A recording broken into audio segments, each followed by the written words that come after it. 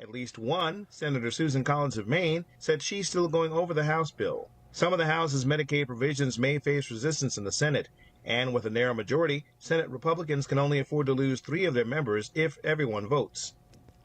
That is Bernie Bennett reporting the Supreme Court siding with the administration to end Biden-initiated immigration parole. The justices lifted a lower court order that had retained those protections for immigrants from Cuba, Haiti, Nicaragua, and Venezuela.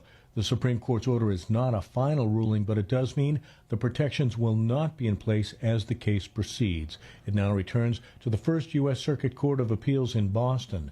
And that report from correspondent George Williams. You'll find more on these stories at townhall.com.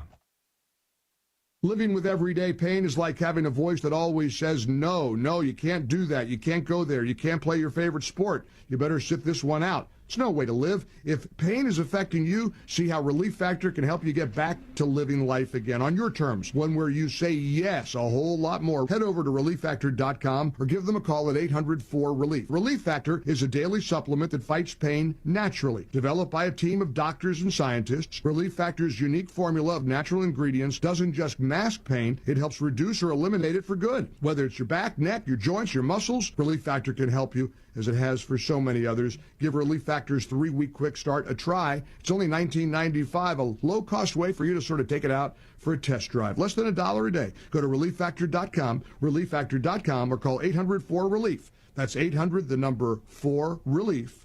See how you could live with less pain, and you can say yes to more of everything you want with Relief Factor. Some Chinese students will be forbidden from attending college in the U.S. Secretary of State Marco Rubio says the Trump administration will work to aggressively revoke visas for some Chinese students. Rubio announced Wednesday the students who would have their visas canceled would include those with ties to the Chinese Communist Party or those studying in critical fields. Rubio added the State Department will revise criteria to enhance scrutiny of all future visa applications from China, including Hong Kong. He did not say which fields of study would be targeted, but it's assumed that it's areas that could pose a national security threat. Tasha Stevens reporting. Wall Street closed its best month since 2023 on Friday with a quiet day of trading. It saw the S&P 500 edging down, but by less than 0.1% as it finished a winning week. The Dow was also adding just 0.1%. More on these stories at townhall.com. A Jewish museum reopening after a deadly shooting. Here's correspondent Walter Ratliff. Today's reopening is not simply a return to normal. It is an act of resilience. Chris Wolf, chairman of the Capitol Jewish Museum in Washington, D.C., speaks after last week's shooting that left 2 dead. Yaron Lashinsky, an Israeli citizen, and Sarah Milgram, an American woman, were a young couple about to be engaged. They were leaving an event at the Jewish Museum when the suspect approached a group of 4 people and opened fire. Lashinsky and Milgram were killed. D.C. Mayor Muriel Bowser says the museum's message goes beyond the Jewish community. It is not up to the Jewish community to say support us. It is up to all of us to denounce anti-Semitism in all forms. That was Walter Ratliff reporting. Explosive growth of data centers needed to power America's love for AI and cloud computing has spurred states now to offer big tax incentives. More details at townhall.com. Do you own an annuity, either fixed rate, indexed, or variable? Are you paying high fees and getting low returns? If so, Annuity General would like you to have this free book to learn the pitfalls and mistakes of buying an annuity. The Annuity Do's and Don'ts for Baby Boomers contains the little-known truths about annuities, like how to help reduce your fees and increase retirement income. And it's free. That's right, free. As a bonus, we'll also throw in a free annuity rate report just for calling. We researched over 1,000 annuities and summarized rates and benefits from financially strong insurers. You get Annuity Do's and Don'ts for Baby Boomers and the Annuity Rate Report, both absolutely free for calling Annuity General today. Hurry, supplies are limited. Call now. 800-760-1845. 800-760-1845. 800-760-1845. That's 800-760-1845. It's time to wake up and get on the rise with all things Chicago sports. And your host, Mike Napoletano. I'm Italian. I get yelled at all the time. This is normal for me. Are you kidding me? I love it. The Italians, we get really high, we get really emotional, and then we bring it right back down. And I'm just in the right back down part right now. Daulton Cooper. I think this is the year. I think this is the year he throws for over 4,000 yards. I think Ben Johnston has an understanding of how to take a quarterback and elevate. We've seen what he's done with Jared Goff. Obviously, Jared Goff had gotten to a Super Bowl, and he was working with Sean McVay, but. And Brandon Combs. To tell me that a guy in Barry Bonds, who in 2004 has more hits and intentional walks than swings and misses. For a guy who watches Luis Robert and cheers him on, you're going to tell me Barry Bonds does not belong in the Hall of Fame? You are out of your mind, sir. On WRMN 1410 AM, the voice of the Valley. Welcome in on a Saturday morning here to Studio 14. You are listening to AM 1410 WRMN. This is On the Rise. Myself, Mike Napoletano, alongside my esteemed co-hosts. We've got Nick Johnston on the board. We've got Brandon Combs zooming in, and we have Daulton Cooper right here to my right. Gentlemen, how are we all doing this morning? Good, man. Very Put good. that fantastic intro together. I don't know. He's a pretty cool dude, I guess. I was going to say, maybe Nick should be in there, but I was just going to say Nick hates it, and I realized why. He said it was because of the alarm sound. I think it's because I forgot to put it. I think your mute button's PTSD. stuck. I don't have your mic. It's the board. Yeah, a little sticky. There we go. There we go. We got Nick now. Well, gentlemen, we had quite the week as far as a team here and as far as sports go. But first and foremost, you can make sure to follow us on social media. We have that brand new On the Rise Instagram. That's on_the_rise_1410. On the Rise 1410. You can also find us on TikTok there. You can find myself on X at Mike Napoletano or on Instagram, Mike_Napoletano. Gentlemen, did you want to drop your socials in there? No, go ahead. Okay. No, let's just get to talking. I'm ready. Yeah, let's get it going. All right. Well, you and I, Daulton, were on a busy road trip this past weekend. We have BCDC in the house here, but I was at ACDC last Saturday night, which meant the concert didn't end until midnight. I didn't get to this man's house until 1 a.m. And then we made our way down to Indianapolis. We got there around 5 a.m. local time. It was booming. It was. Yeah, there was so much traffic. Oh, my goodness. The town was, in fact, awake. We parked, and then we were not awake. We took a little siesta before we had a busy day ahead of ourselves. It was a crowd of over 350,000 people, making it the single largest the largest single-day sporting event in the world. The grandstands were sold out for the first time since 2016.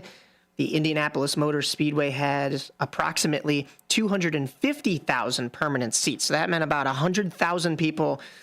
They were probably on the infield or walking around or finding spots to plant themselves and watch this race. It was insane. But we did get a chance to venture into the jungle that is the snake pit. And we got a couple of interviews. So the one that we had first up was Mr. Joe Teague, a former U.S. veteran. I am Mike Napoletano of WRMN. I'm here with Joe Teague, a.k.a. Batman. Is this your first snake pit? This is Batman's fourth snake pit. Is this your first snake pit? Fourth snake pit. I can definitely tell you're here to see Millennium. I love the hockey jersey. It's so sick. Where did you get it? I bought this from Elevate 08, and this jersey resells for $2,000. I know Elevate 08. That's a sick purchase right there. Are you going to get a chance to see any of the race, though? Because, Millennium is going on during the actual start of the race. So as a fourth-year fan, they stop all the music like right around 12 o'clock, 11:50, and everybody has to leave and go watch the start of the race in the flyover. And I was in the Army for 8 years as an IT specialist, and one of my favorite things is when people love and respect patriotism. The fact that we do it on Memorial Day every single year, I love it and respect it. And also, I'm a huge EDM fan. I love that answer. I love that answer, absolutely. And I have an Millennium tattoo. oh, no way. Look at this thing. That is sick. Oh, my goodness, dude. Yeah, you're a diehard for sure. I love that. Are you from the area? I'm from Columbus, Ohio. We travel for music festivals and raves all the time. Okay. And as a prior military guy, I try to be responsible. I try to respect everybody, and I try to help everybody I can. I love that. I love that. Columbus, Ohio. Are you a Blue Jackets fan then? I am. I like hockey quite a bit. However, my favorite thing is the Ohio State Buckeyes. There you go. Go Ohio State. Our buddy, he's a big Blue Jackets fan, so he's repping your Ohio. My guy, safe travels. Enjoy the rest of your day here at Indy 500 2025. It was great to meet you, and I hope you have an even better time. That's right. Absolutely, man. Okay, so Mike, did you have fun doing that interview? Did you have a great time? Listen, it was really loud in there. Like it was so much fun. He forgot he had a microphone in front of his face. Listen, I was editing that audio, and I was like, "Bro, you literally have a microphone in front of your face." I know it was loud. I can attest. Microphone do its job. I did a mic check too, and I guess the mic check was me more just like looking at my hair, but like I mean. Oh, I turned it down so much on Adobe, Brandon. You have no idea, and that's still that loud. You turned that down. I did. I turned that down. That is not the raw audio. The raw audio is. I think it's so loud that I think Helen Keller could hear it. Honestly. Wow, that's crazy. Kudos to you, Daulton, for that work. Because if you turn that down, like when you turned it first on, before you turned it down. Yeah. Like, I can't imagine that you actually got good audio out of that. Oh, my neighbors were complaining in my apartment complex. That's how loud it was. Wow. Sorry, guys. I'm surprised I didn't already hear it while you were playing at my house. The only worst part, like, you could have went, like, on the stage, it would have been, like, the even worse audio. Like, this is the only other area you could have went. Well, it was loud. You heard me ask him twice. I couldn't hear his first answer. I'm gonna be honest. When I was, like, in it, I had to, like, get really close because I couldn't hear any of his answers, but he was talking at a normal volume, right? So his audio sounded right, but in the moment I couldn't hear him, and he couldn't hear me unless I was yelling like an Italian. But you were standing on top of the sound system while doing Yeah, the concert was about me, Brandon. That's why our next interview was with 4 ladies that were super excited to join the Snake Pit. Have a listen. I'm Mike Napoletano here with WRMN, and I am here with Bella Barbaglia, Haley Schnepke, Charlie Thurlow, Olivia Julian. Is this your guys' first Snake Pit, or are you veterans? It's my first time. What are your thoughts so far? It's awesome. I love the vibes. And who are you most looking forward to seeing here on the stage? Sammy. Sammy Brad? Oh, yeah. Get over there. I know. What are you doing? You multiple times here at the Snake Pit, though? I've been 3 years in a row. They've been 4 years. OJ lives in Indiana. We're from St. Louis, and we love the Snake Pit. All right, well, I'm from Chicago, so we don't like your hockey, but... Sorry, we don't like baseball either. Hey, I'm not a Cubs fan. I'm a Sox fan, so go Cardinals. Okay. Go Cardinals. There we go. All right, so are you guys going to get a chance to watch any of the race, and what are you most excited for on the track? We're most excited for the first few laps in the beginning of the race. You're going to get to see the end? Are we going to what? Are you going to get to see the end of the race? Oh, yeah, we'll see that. Oh, yeah, of course. Yeah, of course. Yeah. Who do you think is winning? We got Joseph Newgarden, who has gone back-to-back, but we got Pato Award. What do we got here? 500. Paddle Borg! Borg 500, Paddle Borg. Let's go, Paddle Award! Let's go! Have a great Indy 500 2025, guys. Thank you again for this interview. Thank you. How is it that the non-professionals Listen. are capable of talking at a normal tone? I couldn't hear them in the moment. I had no idea what they were talking about. So did screaming at them help them? Yes, they heard my question. I just couldn't hear their answers. How come they didn't scream back at you? I don't know, because you're not going to yell at the professional. Okay. It was loud. What do you want? I mean, it's so funny, Brandon, because on TikTok, literally, like, one of the first comments was like, "Oh, this guy literally does AM radio, and he sounds like he's on AM radio, even on TikTok." Oh gosh! And it was so funny, and that's why I'm laughing so hard. But yeah, shout out to all the folks. I mean, they were good sports. It was crazy. As soon as we set up that camera, everybody was volunteering to give us a chat. So great crowd in Indy. We appreciate the enthusiasm. We appreciate everybody, giving us at least, 2 or 3 minutes of their time and getting yelled at by Mike. So yeah, exactly. Also, shout out to anybody who's still listening to this show after having that audio. Lord, oh Lord, oh Lord. Well, hey, get geared up because there's a lot more where that came from. But first off, there was the flyovers as usual, the national anthem, Back Home Again in Indiana, sung by Jim Cornelison, the anthem singer for the Chicago Blackhawks. The race itself as well, we got to dive into that. Rob Gronkowski was also at the Snake Pit, but then it was Tom Brady and Michael Strahan in the pace car driven by Jimmy Johnson. And you'll hear later on, we have the Marques Ogden coming on to talk about mental health and a lot of what football players do post-career. And these guys were all at the Indy 500 post-career. Brady actually got booed by the Hoosiers. And he said, quote, "It was nice to get in one more successful drive in front of Colts fans." Nice. So, way to clap back, Mr. Tom Brady. But we do have a little bit of audio from myself and Daulton checking out the actual race. I promise this one's not so bad. Yeah, this one's not yelling. Yeah. I'm Mike Napoletano of WRMN, and we were just given the words, "Drivers, start your engines." The 109th running of the greatest racing spectacle on earth is just about to be underway as you hear the field come through here. That's Tom Brady in the pace car. The whole rest of the field going to be following him in just a moment here as we wait. We're going to have a flyover of Blackhawk helicopters in just a moment here. Here comes the field now as they are around the turn. The starting line and the finish line is right here to my left. Here at Indy 500 2025.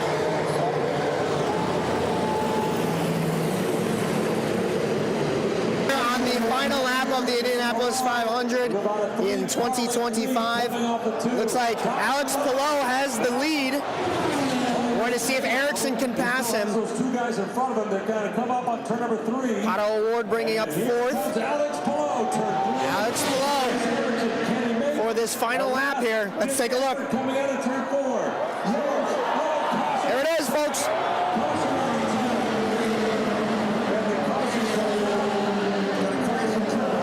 There's a caution flag here, but the checkered flag does come out, so it is Alex Palou. Just on the caution at the very end there. You saw a couple cars finish before Alex Palou. Those cars were about to get lapped, so Alex Palou was that 3rd car. He comes in with the victory just when that caution flag comes out. The Indianapolis 500 in 2025 is over. We'll get to the celebration in just a moment. So, as you could hear, that one was not nearly as bad, but it's super loud when those cars are going by, so it actually cuts that audio out. Well, the helicopter was flying over at that time too, so that's yeah, like went that right little over my cut head. there in the middle. There was literally like the helicopter was probably no more than like 300 feet above Mike's head. It was crazy. Yeah.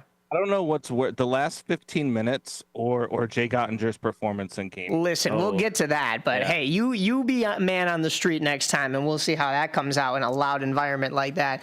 Alex Palou does finish first. He's the first Spanish driver to win the Indy 500. He's also won a number of other races throughout this year, so a lot of first-place finishes for him. But we also had some turmoil. Marcus Ericsson, who finished second, was penalized after IndyCar said the modifications made by Andretti Global were to the energy management system that that's provided by Dallara, the company that provides the chassis for the series. The rulebook states that those parts must be used as supplied. So Ericsson and Kirkwood, the two drivers for Andretti Global, had to forfeit their prize money and championship points from their original finish and instead will receive the money and points for their penalized finish. Each of the cars was also fined $100,000, and the production managers for the teams have been suspended for the upcoming race on the streets of Detroit. And that's an incredibly costly swing for Andretti, as the Indy 500 final total this year for them would have been a record $20,283,000. Ericsson will receive $610,500 for finishing 31st, when he could have earned up to $1 million in second. And Kirkwood will only receive $607,500. The disqualifications changed the podium finishing order, with David Malakouis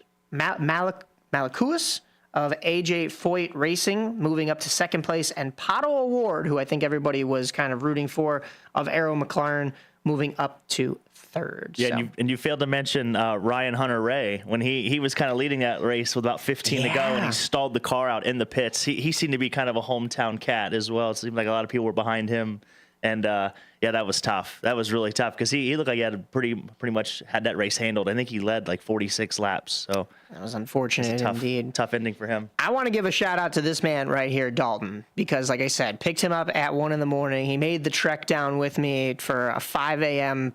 park pull up, and then get into the stadium around 7, and then drive back. And I was running on adrenaline at that point. So the man to my right here was keeping me alive, and also it was just good to have have a companion, have a partner, and all that. Bro time. Exactly. Yeah, exactly. Definitely like your best friend, because he had to hear me yap audio and still gave it back to you. I would have told you we lost it. That's why you're over on Zoom and not here in the room with us right now. Yeah, I'd strangle you. That's fair. That's fair. Hey, we're trying to give IndyCar a shine, Brandon. Come on. Yeah, come on now. Jeff's Train World will probably be in the chat right about now, telling us he's glad that we're finally talking racing, and there will be more racing coming up. But before we get to any of that later down the line, we have to talk some baseball. The Chicago White Sox are partnered here with WRMN and River Media Sports Network, so you can watch or you can listen to all of the games right here on AM 1410. The White Sox were coming off that win against Texas last Friday night. The White Sox followed that up with a 10-5 victory on Saturday. But, of course, the Sox then dropped the conclusion of that series 5-4, just shy of their first sweep of the season. Monday, the Sox were failed by their bullpen in late innings out in New York, coughing up a 1-0 lead in the 8th and the 9th to lose 2-1. Tuesday, the Sox would lose the series after giving up a 4 spot in the first inning, only scoring 2 in the top of that frame, so a 6-4 loss to the Mets. And in the conclusion of the series, the Sox jumped out to a 5-0 lead by the third, so they finally got back into the win column, even though they gave up 3 in the bottom of the third, but a 9-4 victory there. And then last night, the White Sox continued out east and lost to the team barely above them in the AL standings. How about the downfall of the Baltimore Orioles? But they do get this win 2-1. So, boys, what have you seen from the Chicago White Sox this week? Miguel Vargas is just so much fun to watch. Yeah, player of the week by the MLB. He's turned it around. He's made it a ton of fun to watch in that sort of sense. So I really like the enjoyed the meme when the White Sox did beat the Mets. It was like $325 million payroll, like the sad guy in the bus, yeah, and then the happy guy in the bus, just Miguel Vargas and friends. Yeah, it's exactly what that is. It's just like bringing it down. Like I said this last week was just now the White Sox aren't a poverty franchise kind of in that sense. Now they're just a bad team, which is good. We're going in the right direction. Yeah. Going in the right direction. Up. Brandon, I like that. I like that assessment. We're not rebuilding. Now we just suck. Look, there is a bright spot for the White. I mean, they are more fun to watch than they were last year.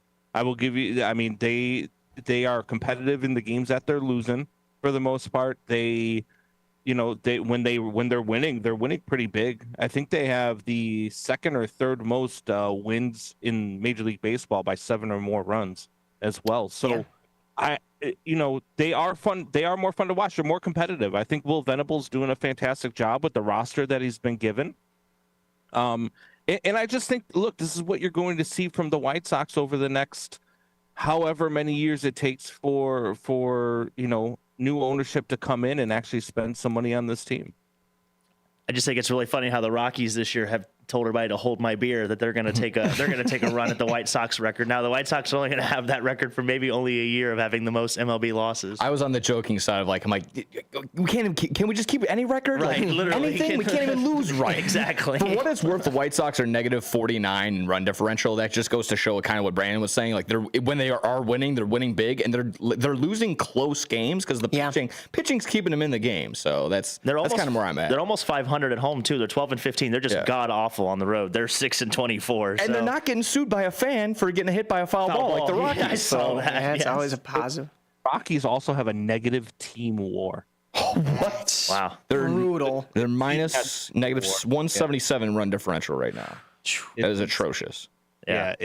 I mean, look, the Cubs played the Rockies this week. They couldn't hit a lick. They won all 3 games, but they couldn't hit a lick. I mean, if the Rockies had any semblance of Major League Baseball on their roster, they would have won 1 or 2 of those games. They are just, I mean, they are god awful. Yikes. Well, the White Sox did make a trade during this past week. They acquired outfielder Drew Baker from the Tampa Bay Rays for catcher Matt Tice. A little tough to see Tice go. I kind of liked what I saw from him early on, although, of course, you have Edgar Caro and a slew of other prospects that are set to make this White Sox team something to root for the next couple of years, but it doesn't hurt to have some depth in catching. But I will be honest with you right now. I don't know a whole lot about Drew Baker, and I've only known what I've seen from Tice. So we'll see if this trade pays off for the White Sox in the long run, or if this is a little bit of a miss. Yeah, nothing too much. I saw he was hitting 200 in Double-A ball. I think it was a Montgomery Biscuit, so that's one of my favorite. Yeah, that is correct. One of the better names down in the minor leagues in total. But nothing. Obviously, yeah, this isn't anything that jumps off the page. It's like, wow, holy cow, the White Sox made a move. Just ton of catcher depth, and it was to get Corey Lee off of IL, if I'm not mistaken. Yeah, a 25-year-old Drew Baker, by the way. So I mean, we talked about it last week, where age, that 25-26 range in minor league system. It's gonna be eventually. You're gonna have to figure out what you got. So we should see him in the big leagues hopefully soon. Yeah. Yeah, I think they've drafted 85 catchers since 2020, so I think that fine with the catching depth there. Yeah. The White Sox have another game today at 3:05. That'll be Davis Martin on the mound against the Baltimore Orioles. Then it'll be the conclusion of that Baltimore series at 12:35 tomorrow with Hauser taking the bump. The White Sox come back Monday to host a long homestand, at least 6 games. That'll be, at least 7 games. That'll be 4 against the Detroit Tigers. 6:40 starts on Monday, Tuesday, and Wednesday. Due up for the White Sox, Jonathan Cannon, Hagen Smith, and Burke. And then a 1:10 start on Thursday. That'll be Davis Martin once again. Followed by a weekend series against the Kansas City Royals. A 6:40 start Friday, a 3:10 first pitch on Saturday, and then a 1:10 first pitch on Sunday to conclude that series. Brandon, you'll actually be in attendance for one of these, won't you?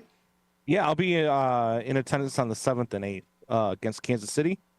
It should be fun, man. I'm looking forward to it. Looking forward to talking with Will Venable. I got some questions planned for him about the team moving forward as well. Can you believe the White Sox have scored more runs this year than the Kansas City Royals?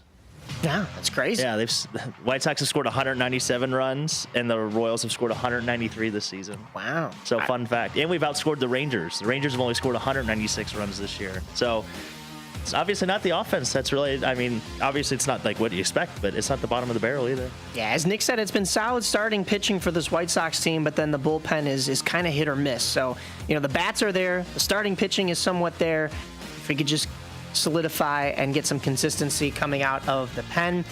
We've got more coming out of our pen as we have the North Side to talk about right here on AM 1410 WRMN. You're listening to On the Rise. Myself, Mike Napoletano, alongside Nick Johnston on our board, Brandon Combs zooming in, and Daulton Cooper to my right here.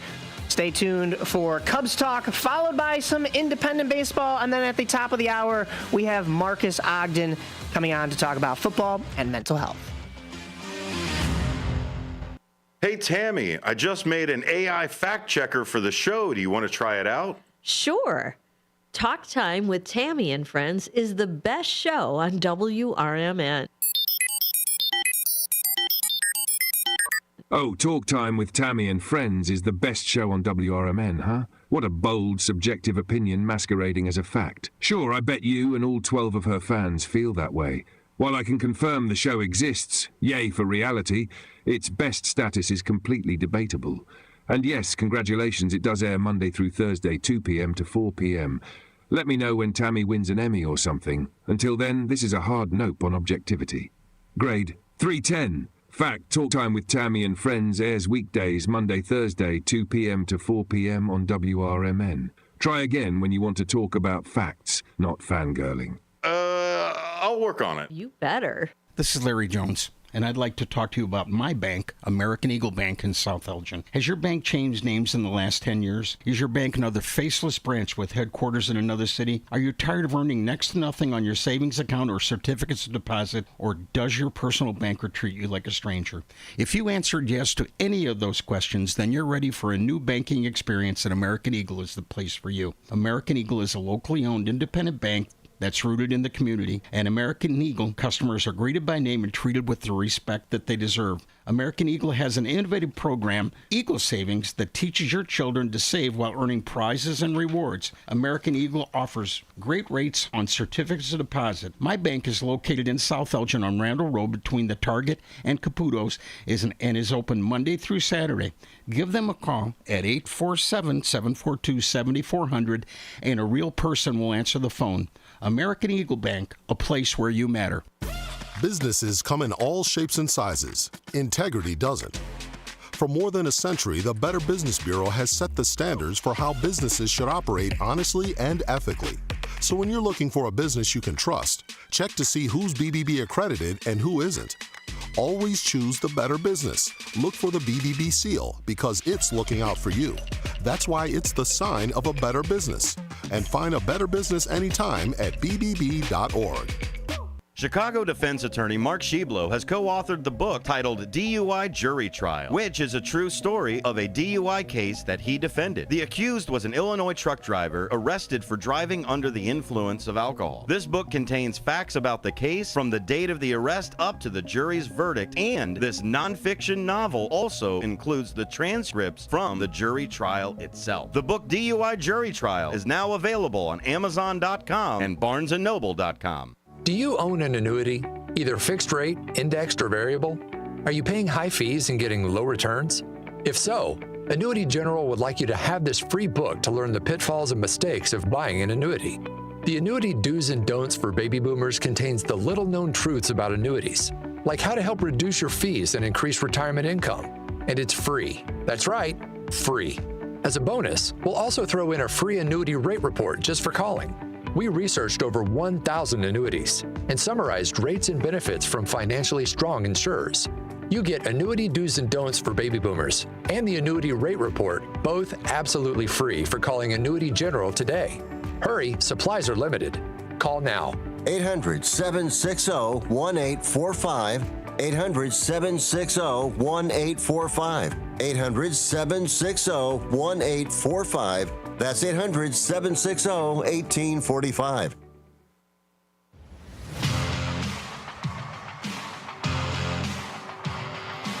You are listening to AM 1410 WRMN. This is On the Rise as part of our River Media Network Sports Group.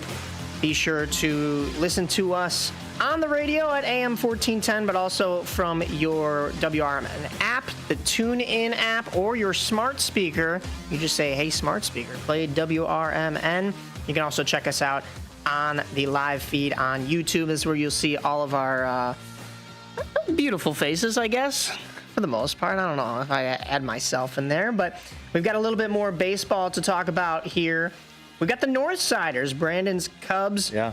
Following that 13-6 dominant performance against the Reds last Friday, the Cubs fall 6-4 on Saturday, but they recoup with an 11-8 win to take the rubber match on Sunday. The Cubs then hosted those Colorado Rockies that we were alluding to in that last segment. That was a Monday through Wednesday series, and oh boy, did they host all right. They got the sweep, although as Brandon kind of talked about, it was some pretty close games. A 3-1 victory, a 4-3 victory in 11 innings, and then a 2-1 win to confirm that sweep at home.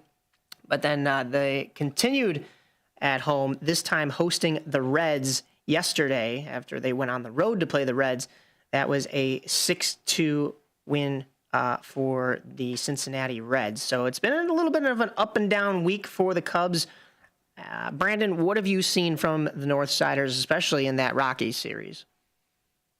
The bats are going cold. I'm a little concerned about where they're headed, right? Because look, hopefully it's just been a bad week with swinging the bats. The bats have they're non-existent right now. And yesterday against Cincinnati, they were non-existent. Those two runs that they did score were runs that were scored late. They did try to mount a little bit of a comeback, but unsuccessful. And I just hope it's not the June swoon that we saw last year, right? Like, where they went into a funk in June and July and just could not hit to save their lives and really lost the division and lost any hope at a playoff within those 2 months. So, hopefully they can figure this thing out, right? Because you went up against a really bad Rockies team, a really bad pitching staff, and you were one of the two best offenses in the league. I think they had the second best run differential heading into that series, and you mustered barely any offense against that pitching staff. And so they've got to get it going. Craig Counsell has to figure this thing out, has to get it going right.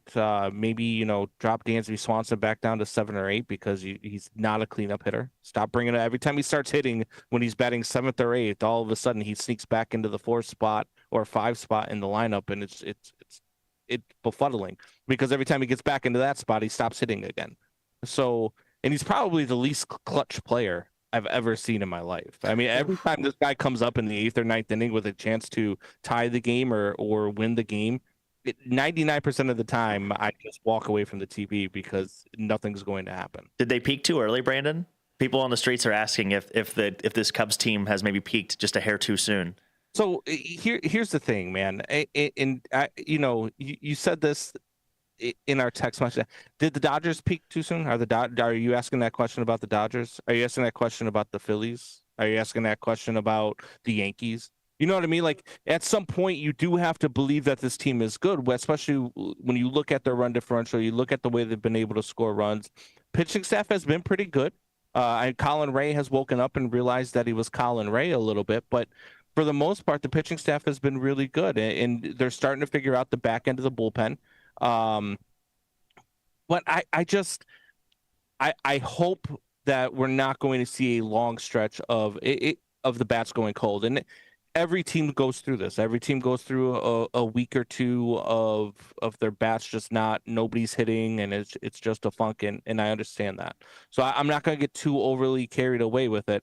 It's just the remembering of what happened last year. This actually happened the year before as well, but it happened later in the season in September. It's just, you just hope that it's not coming back, because I know they added Kyle Tucker to this lineup, but minus Kyle Tucker, this is basically the same lineup that they've had the last 2 years. So it is a little concerning. It's definitely something to keep your eye on. As far as peaking too soon, I mean, it remains to be seen. We'll find out. They either are as good as they've been, or you're going to be right, but we won't know that until, August. Same lineup that they've had as last year, minus some arms coming out of that starting rotation because of injury. So there's kind of two ways to look at it, though, Brandon. Is it, this is a much better team, and you're comfortable because of the fact that they're succeeding compared to last year with fewer arms. A couple of injuries with Steele and Shota Imanaga. But then, also, as you said, there is some worry that, are they peaking too early? And, is this going to be the same story as last year, right? Yeah. I mean, it's you look at the bullpen's a lot different than it was last year. And I know they're still trying to figure some things out, but it seems like Craig has kind of gotten to the way where he did last year, right? Where the first 2 months were kind of feeling out who could do what, who could pitch where, who was successful in what situations. And then he starts using them in the right spots. And that's what he did last year when the bullpen turned it around. So I'm going to trust him there. I do still think there's a glaring hole over at third base. And I know Matt Shaw has come up and he's been a little bit better than he was before he went down, but I don't know that you don't need to go and get another power bat at the deadline. Like I you know what I mean? Like, you would have to go see if Nolan Arenado's out there, even though you do have Matt Shaw. Let Matt Shaw figure it out. I mean, you can keep him up at this level if you want to. Let him be whenever Nolan Arenado needs a day off, let Matt Shaw have a spot start. Or if you want to get him more at bats, you go ahead and send him back down to AAA. But I just don't know that he's the exact answer over at third base for this lineup. You're going to get Shota Imanaga back at some point. You hope that you're going to go ahead and get I'm gonna forget his name now. The other pitcher with the oblique since before, Assad. Javier Assad, yeah. You hope you're going to get Javier Assad back at some point as well, and this pitching rotation will be solid enough. I hear a lot of people talking about they want them to go get a solid arm at the deadline for the back end of the rotation as well. I'd be fine with that, but I do think you need another power bat in this lineup. Well, the Cubs are sitting in first place in the NL Central, 35-22, playing .614 baseball, 3-game lead currently over the St. Louis Cardinals. They've got another game today at 1:20. That is on MLB Network and MLB TV. There'll be Pomeranz versus Lodolo on the mound, followed by the conclusion of this series with Cincinnati at 1:20 tomorrow. Jameson Taillon versus Martinez. And then the Cubs go on the road. They're the exact opposite of the White Sox. They have a long road trip. So that'll be 3 games in Washington against the Nationals. You guys want to do a little swap? Is that the commercials? No. Oh, okay. I was like, I know we're okay on time. That'll be 5:45 starts in all 3 of those games. Horton, Boyd, and Ray due up for the Northsiders. And then Friday through Sunday will be out in Detroit against the Tigers. A 6:10 start on Apple TV Plus Friday night. A 12:10 matinee on Saturday on MLB Network. And then a 12:40 start on Sunday to conclude that series. And just to back up the claim on the struggling offense, the team was hitting 267 in April. They're currently hitting 258 in May. So, Brandon, I'm telling you right now, don't let that Reds team get hot. I'm telling you, don't let them get hot. I was talking about it last night. You know, the Reds, they even right now, I think they're like +9. They're 19-1 right now to win the Central Division. Yeah. Before the season, I bet them at +6.5 to win the division. So they got the second best run differential. The Reds coming, you know what I mean? Like you do have the second best run differential in the Central, but you also have one of the best managers of all time on a really young squad with really good pitching rotation that can do some damage. So I trust me, I don't sleep on the Reds. I think the Reds are going to be a problem all year long, and I've thought that from the beginning. They're currently sitting in 4th in the division, 29-29, 500, and they're as 500 as you could be. 14-14 on the road, 15-15. 15-15 on the road, 14-14 at home, 5-5 in their last game. So it can't get any more even across the board as that. But like you said, if they're starting to find themselves and move into June with that, it's still way early in the season that if you're sitting at 500, you're in a comfortable spot. Yeah, it's Thanos with the knife. He says everything's perfectly balanced. Yeah, exactly. So, well, we have to do a little bit of balancing here, not even talking about the major leagues, but also talking about independent baseball that goes on throughout Chicagoland. And first off, we got to start with our Schaumburg Boomers. You probably heard from Tim Calderwood yesterday here on AM 1410 WRMN, the broadcaster for the Boomers. But last Saturday was the Hawaiian t-shirt giveaway. That was one of his favorites that he was mentioning to us before the start of the season. That was a 4-1 win for those Boomers. And then last Sunday, it was an evening game because you had the extended holiday weekend. That was a post-game drone and fireworks show. And the Boomers secured the 5-4 win over Gateway, the team that held the lead in the division. So 2 crucial wins after dropping the initial Friday night game against those Gateway Grizzlies. And the Boomers take the series. That would lead into their Monday through Wednesday series with Evansville. Now, the Boomers had gone on the road to Evansville, lost 2 out of 3. They follow that up with their first sweep of the season, a 6-0 win on that matinee Memorial Day game, a 17-6 win on Tuesday night, and then on Military Appreciation Night Wednesday, that was an 8-3 win for the Boomers. Before the festivities even began that Wednesday night, though, I did get a chance to sit down with a friend of ours that we met and started speaking with at the tryouts before the season. That was the Evansville Otters batting coach, TJ Zarewicz. Hi, I'm Mike Napoletano of WRMN, and I'm here with Evansville Otters batting coach TJ Zarewicz. TJ, the last time we got a chance to check with you, it was before the season, so how has this season been going for you guys so far? Pretty good so far, man. We've, on the road right now, obviously, and then we have another road trip coming up, but we've been playing pretty good ball for the most part. A little bit, there's a few things to still figure out, but, quite honestly pleased with a lot of the things that we're seeing early in the season. Yeah, you guys took 2 out of 3 from the Boomers at home. The Boomers have taken the first 2 games in this series. You talked a little bit about liking playing on grass surfaces and real baseball fields rather than turf. That is the case at Bosse Field, but the lights are a little lower there. Does the atmosphere change at all here, especially going into this 3rd game where you can try to even the series up? Yeah, I mean, it's definitely a much different atmosphere. I mean, at home at Bosse, the fans and the stadium seating is definitely a lot closer to the dugouts. So you get a little bit more of a personal experience there. But this is my first time being here in Schaumburg, and there's definitely there's a different feel here, but in a good way of like it's a real. There's a real like a newer ballpark feel here. Real nice surface. They do a great job with the sound and the lighting, and there's 2 different perspectives just as far as like Bosse versus this. I mean, our ballpark's obviously over 100 years old. This is a little bit newer, so you kind of get we get the old school vibe at home, and then this is kind of like the new school vibe here. You talk about historic stadiums like Bosse Field, same dimensions here as Wrigley Field. The only thing I think both teams have to worry about tonight is the weather. Hopefully we don't get rained on too much because we will be as drenched as otters. Did you know it's World Otter Day today? I did not know that, no. Google reminded me this morning, so hopefully that brings you guys some luck. What are you looking forward to through the rest of the season, though? Well, basically, man, just trying to get the guys on a roll, trying to get the team, figured out. I mean, there's definitely some things that, we have to clean up, but there's definitely some positives that, we're going to try to stick to what we've been doing well. Really just looking to get to know the guys, man, a little bit more, and kind of just bond as a team. Like I said, there's some things that we're still, trying to figure out and try to clean up.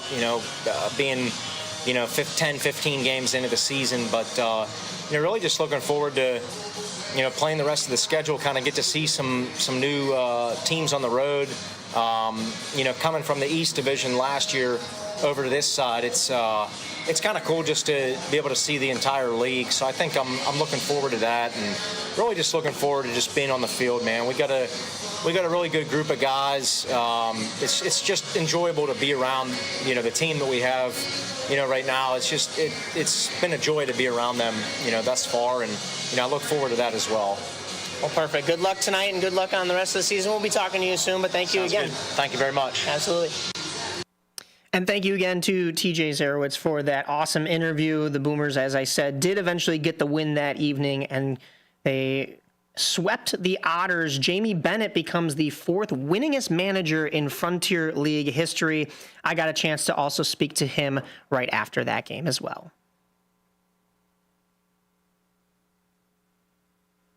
And I'm actually here at Northwestern Medicine Field with the Cougars broadcast. Not that one. Nope. Jamie Bennett. Oh. Do we have Jamie Bennett in there? Let me see. Oh. I am Mike Napoletano of WRMN, and I am here with Boomers manager Jamie Bennett. Jamie, your first sweep of the season comes at home against a team that you struggled with on the road. Tell me a little bit about what that means for this team. It was huge. I don't want to call it a rough road trip, but, you go lose 2 out of 3. It's always nice to get back home, and, exciting game for us, on the weekend against Gateway to kind of maybe gain some momentum coming into this series. To do it in front of a crowd that is Military Appreciation Night, what does that say for the fans and the community here in Schaumburg as well? Well, obviously the importance of, what those people have done for our country, words can't even say it or describe it, but yeah, to have our fans behind us, I think we got the best fans in the Frontier League, and, they show up on a nightly basis. It's been fantastic. You guys are on a roll. What is it going to take to keep this up, and looking forward, what are you expecting from this team? Well, we've been swinging the bats well, but, that's not always going to be the case. There's going to be some nights where balls just don't fall and, those sort of things. So, we're going to continue to have to throw strikes and keep ourselves at least in the ball game and hold down some of the opponents a little bit. All right, well, good luck on the rest of the season, and congratulations on the sweep again. Thank you. Appreciate it. As I mentioned, the Boomers get the sweep there, and Jamie Bennett, that is the 4th winningest manager in Frontier League history. Thank you again for him taking the time to do that interview. Thursday was an off day for the Boomers. which was followed up by the Friday night matchup between the Boomers and the Washington Wild Things at EQT Park in Pennsylvania. But the rain actually pushed back that opener. So it looks like we will have a doubleheader today. Still waiting on the official times. It'll be a pair of 7-inning games beginning at 5 p.m. tonight.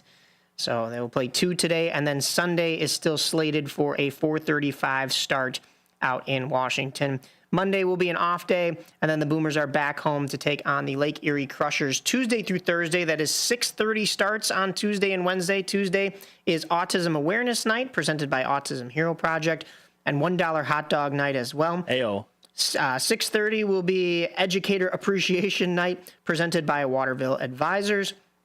And then a noon start.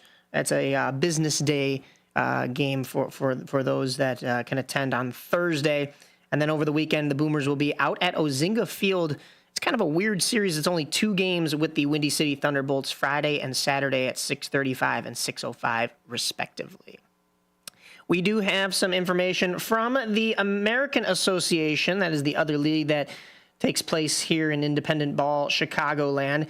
That was the Kane County Cougars. Last Saturday, the Cougars continued their 6-game stretch at La Moderna Field in Cleburne, Texas, to take on the Railroaders. Kane County had lost the previous 4 games, but Saturday was a different story. It was a 9-1 win, followed by a 14-8 win on Sunday. They resumed at home on Wednesday with a doubleheader versus the Winnipeg Goldeyes, the team that they faced in the Miles Wolf Cup Championship last year. That was a 3-2 loss, and in the second game, an 8-5 win. So that brings us to Thursday, which was Mental Health Awareness Night, and we got a chance to talk to both Colin Rudicil and Conor Clingen, the broadcasters of your Kane County Cougars.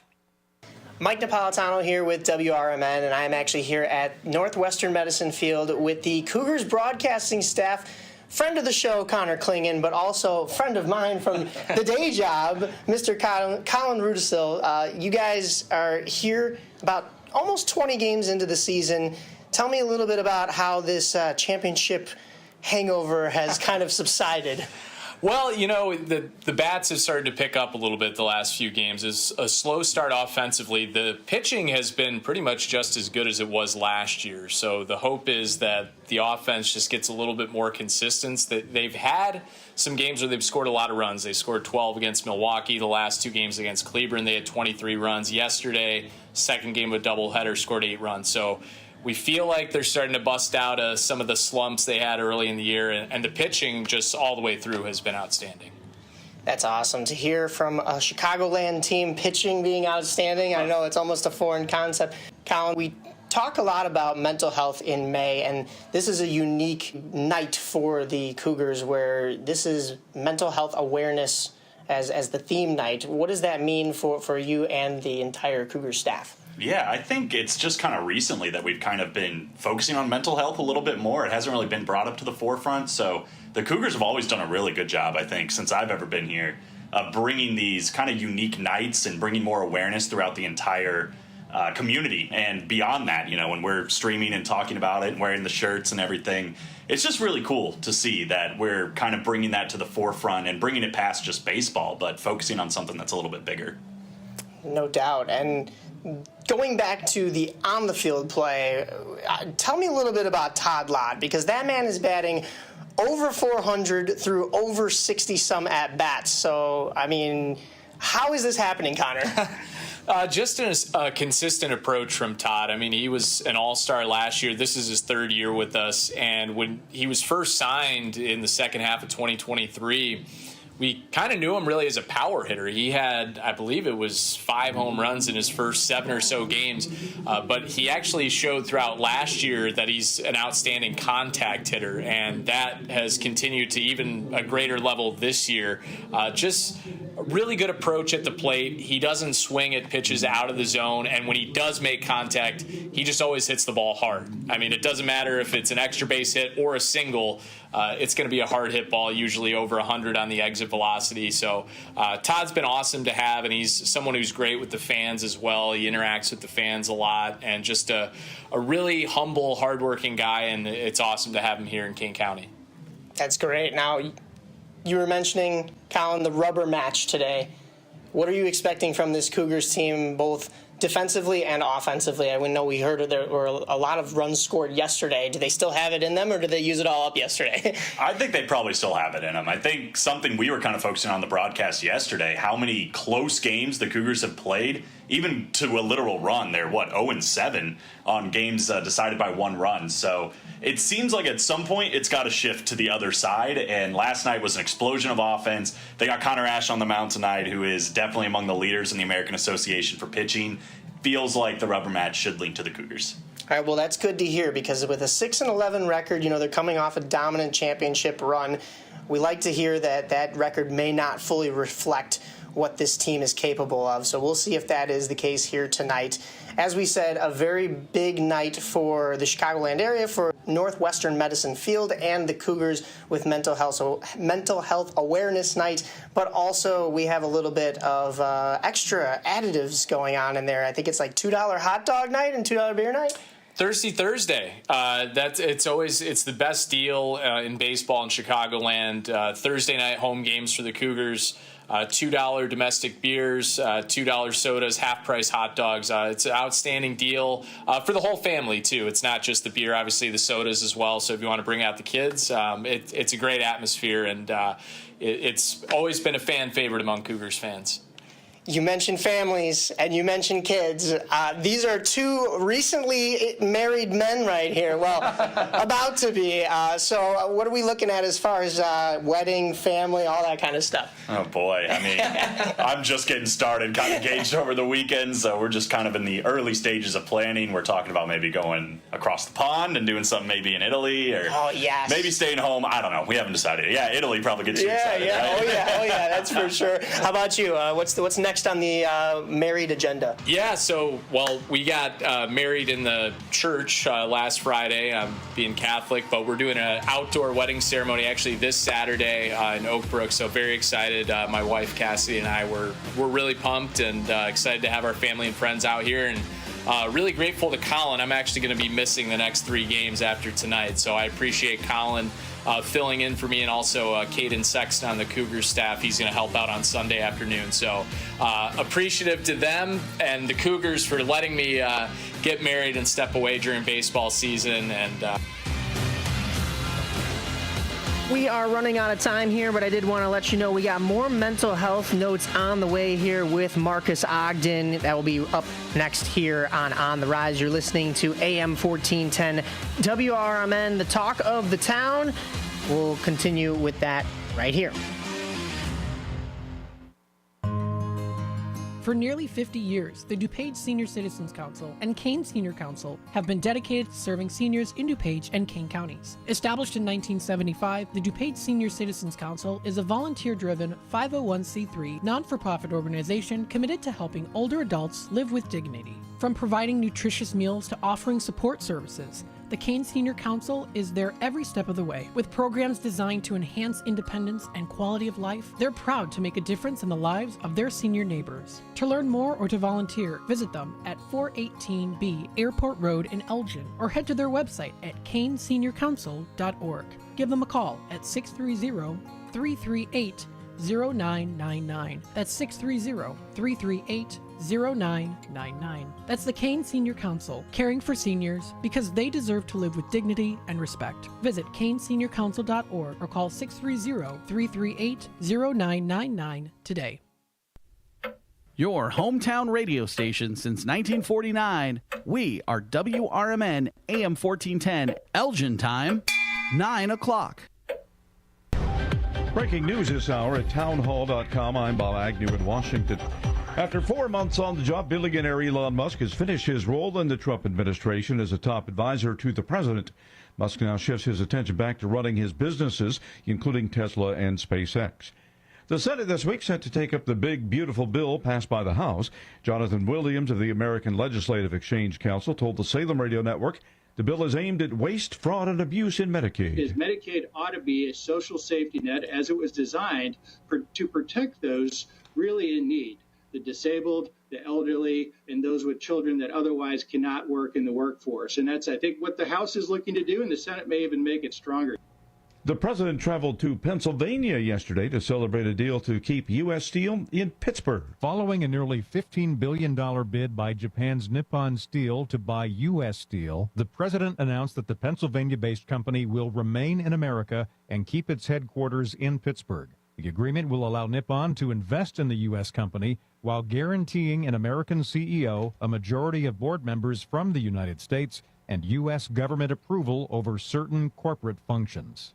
Greg Clugston, the White House. Florida Republican Congressman Greg Steube this week introduced a bill to rename the Washington, D.C. subway system after President Trump and his MAGA slogan. Here's Bernie Bennett. The Make Auto Rail Great Again Act would withhold federal funding to the Washington Metropolitan Area Transit Authority, known as WMATA, until it rebrands as the Washington Metropolitan Authority for Greater Access, or WMAGA, a similar acronym to the Make America Great Again slogan, and rename the Metro Rail the Trump Train. A release from Steube's office says the rebrand, quote, represents more than a name change. It is a mandate for performance and transformation. Bernie Bennett in Washington. More on these stories at townhall.com. Dennis Prager here. You've heard me say that the more you appreciate what you have, the happier you will be. I also think you need to protect what you have. Did you know that last year, 1 in 10 Americans was targeted for real estate fraud? Imagine waking up one morning to find that all of your hard-earned equity has been stolen. There's a company that I endorse that stops these crimes from happening to you. That company is Equity Protect. And the truth is, if you own your own home, mortgage-free, or you have high equity, you should have Equity Protect. Right now, Equity Protect is offering my listeners a great deal, 30% off your first year. Just go to equityprotect.com/Prager. That's equityprotect.com/Prager. Use the discount code Prager30. Once you have Equity Protect, you don't even need to check. You can trust the team at Equity Protect. Defense Secretary Pete Hegseth is reassuring allies in the Indo-Pacific region they will not be left alone to face increasing military and economic pressure from China. But as the BBC's Frank Gardner explains, he's also calling on regional allies to shoulder a greater share of the burden. This was the strongest message yet by any U.S. defense secretary at this major defense forum, that Washington is determined to resist China's growing military power in the Asia-Pacific. Pete Hegseth said the threat by Communist China to Taiwan could be imminent, but he said Beijing would not seize Taiwan on President Trump's watch. China views the self-governing island democracy as a renegade province and has vowed to bring it under its control by force if necessary. And the BBC's Frank Gardner reports Hegseth said China is no longer just building up its military forces to be able to take Taiwan by 2027, but that it is actively training for it every day. Breaking news and analysis at townhall.com. A two-time World Series winner has been given an around-the-clock security detail following a rise in online death threats. Here's correspondent Gethin Coolbaugh. Houston's Lance McCullers is one of 2 MLB pitchers whose families have received online death threats this month as internet abuse of players and their families is on the rise. Boston reliever Liam Hendricks posted on social media after the incident with McCullers to call out people who were threatening his wife's life. The Astros contacted MLB security and the Houston Police Department following the threats. McCullers, who has 2 young daughters, reached out to the team about providing security for his family. Astros owner Jim Crane stepped in and hired 24-hour security. I'm Gethin Coolbaugh. Former President Joe Biden delivered the first remarks since he announced that he had an aggressive form of prostate cancer. He spoke to the public about that on Friday and said he is, in his own words, feeling good. More of these stories at townhall.com. Hey, Tammy, I just made an AI fact checker for the show. Do you want to try it out? Sure. Talk Time with Tammy and Friends is the best show on WRMN. Oh, Talk Time with Tammy and Friends is the best show on WRMN, huh? What a bold, subjective opinion masquerading as a fact. Sure, I bet you and all 12 of her fans feel that way. While I can confirm the show exists, yay for reality, its best status is completely debatable. And yes, congratulations, it does air Monday through Thursday, 2 p.m. to 4 p.m. Let me know when Tammy wins an Emmy or something. Until then, this is a hard nope on objectivity. Grade 310. Fact, Talk Time with Tammy and Friends airs weekdays, Monday, Thursday, 2 p.m. to 4 p.m. on WRMN. Try again when you want to talk about facts, not fangirling. I'll work on it. You better. It's time to wake up and get on the rise with all things Chicago sports. And your host, Mike Napoletano. I'm Italian. I get yelled at all the time. This is normal for me. Are you kidding me? I love it. With the Italians, we get really high, we get really emotional, and then we bring it right back down. And I'm just in the right back down part right now. Daulton Cooper. I think this is the year. He throws for over 4,000 yards. I think Ben Johnston has an understanding of how to take a quarterback and elevate. We've seen what he's done with Jared Goff. Obviously, Jared Goff had gotten to Super Bowl, and he was working with Sean McVay, but. And Brandon Combs. To tell me that a guy in Barry Bonds, who in 2004 had more hits and intentional walks than swings and misses. For a guy who watches Luis Robert and cheers him on, you're going to tell me Barry Bonds does not belong in the Hall of Fame? You are out of your mind, sir. On WRMN 1410 AM, the voice of the Valley. You are listening to AM 1410 WRMN's On the Rise. I am Mike Napoletano, and I am pleased to welcome an incredible guest to the show. This gentleman's career spanned from 2003 to 2007, and in those 5 seasons, he spent time with the Buffalo Bills, Tennessee Titans, and Baltimore Ravens. He was drafted 193rd overall after graduating from Howard University with a Bachelor of Science in Finance with an emphasis on construction and cost accounting. In his post-football career, he has become a breakthrough specialist and a mentor in his own Ogden ventures. He is an international keynote speaker, business coach, and consultant, and host of the Get Authentic podcast. Please welcome to On the Rise, Marques Ogden. How you doing today, Mike? Thanks for having me on, brother. Absolutely. So glad to get to talk to you. We spoke with you during our WRMN 2025 NFL Draft Show.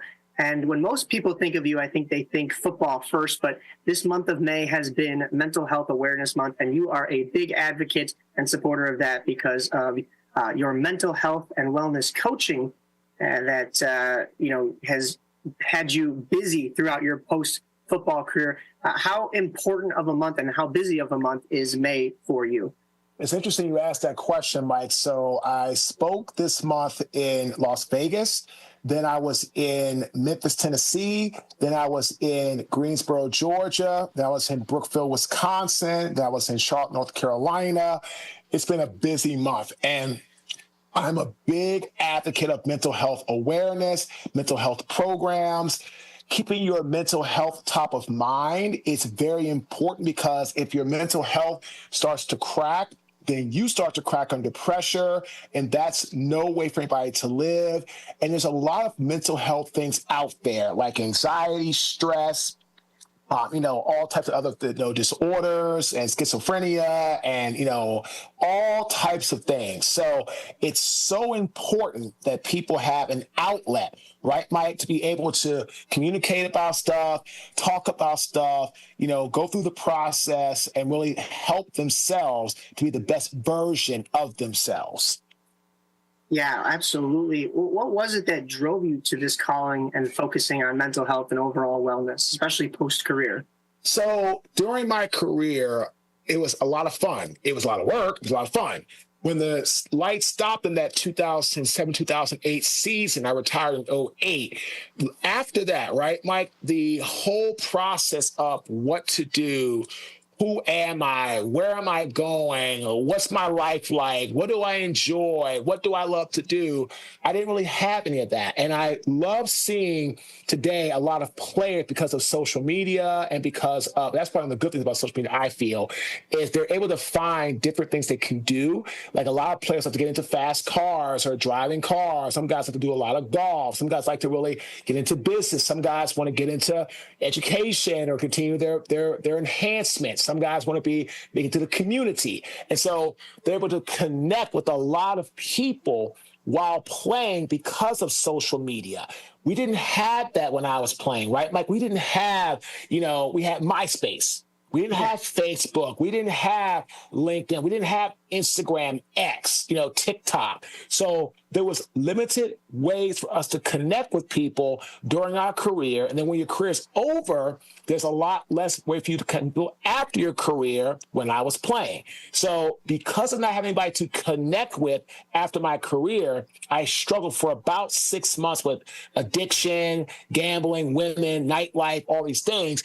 And I tell everybody, I finally got my act together when I founded Cade and Premier Enterprises. My construction company built it up, but unfortunately I lost it all. And thank God in 2013, when I went bankrupt, that was the first year of the new CBA, and they formed the Players Trust. They formed the NFL Former Players Services. They formed the NFL Player Care Foundation, the Mike Dickus Gridiron Greats. And because of that, I was able to get the support I needed to not go broke, right? Or not lose my home and go homeless. So I went bankrupt, I went broke, but I wasn't homeless because of the trust. And the trust funds, they were able to pay about 4 months of my bills to my creditors, and they kept me from going onto the streets. So I struggled again with issues and alcoholism and just feeling like a failure. So I finally got my life together in 2013, September, started speaking and rebounded my life. But I really am big on mental health because there's so many times I can think about, right, Mike, when I struggle to just keep myself alive. I struggle with how to live my next day. I struggled with what was I going to become? What am I going to do next? And so I had a lot of things I was fighting through, a lot of demons, a lot of hardship.